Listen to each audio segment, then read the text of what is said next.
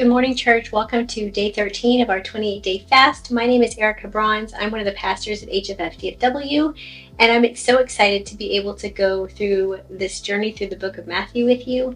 Today we are in chapter 13, so let's dig in.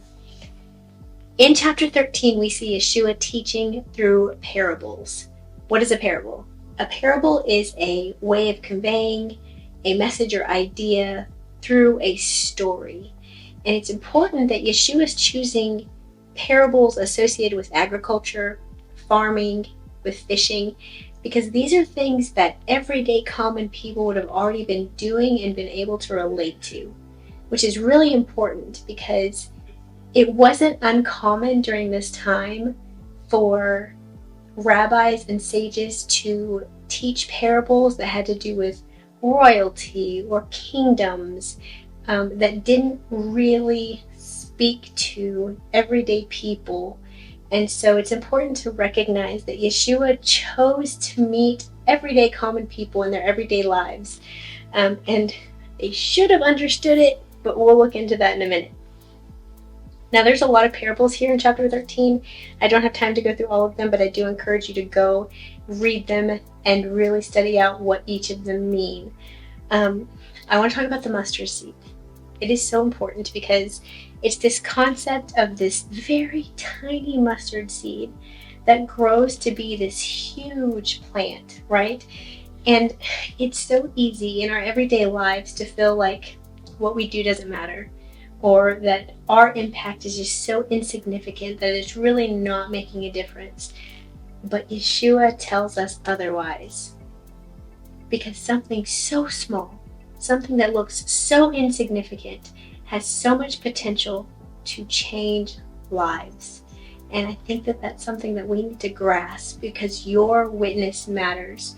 The things you do, the things you say, the light of Yeshua and the way that you shine that in the people's lives around you matters. And it has such potential to change people's lives. Even if you just touch one person today, if you just speak life into them, if you're a great witness and you're taking that gospel message that's been shared with you and you push that forward to one person, that one person has the potential to share it with 10 others, who each have the potential to share it with 10 others. And here you have something that started with something so small and it's grown to something so big. And so I want to encourage you today that your witness matters, that the very small, kind words or good deeds that you do in order to shine that light of Yeshua forward matters. Another thing I want to talk about is when the disciples go to Yeshua and they ask him, why do you speak to them in parables? And then he goes and quotes Isaiah. And the reason he gives is, I speak to them in parables because while seeing, they do not see, and while hearing, they do not hear, nor do they understand. And the same thing was happening in Isaiah's time, and that's what Yeshua is telling us. They're here, they're hearing the message, but are they really listening to understand? Or are they just expecting to hear and it change their lives without them putting any effort forth? Are they just seeing what's in it for them?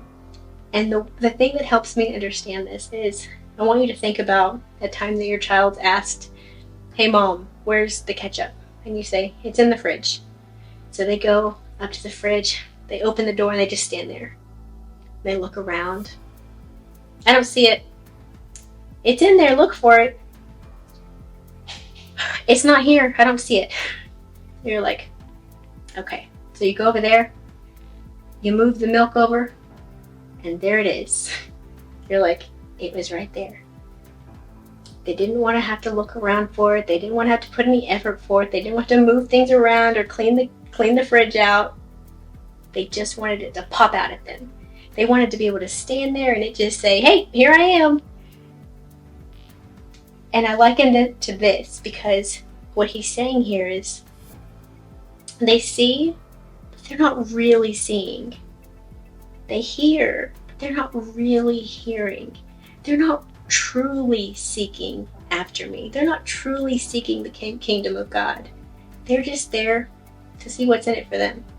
They want things to just come their way. They want to hear this message that's just going to change their lives and make all their problems go away, and not have to put any effort forth. They're not going to have to try to work for it or work towards it or anything like that. They're just going to, they're not truly seeking. They're not truly chasing after God. And that's something that we need to be able to reflect upon in our own lives, especially when we talk about the parable of the sower, right?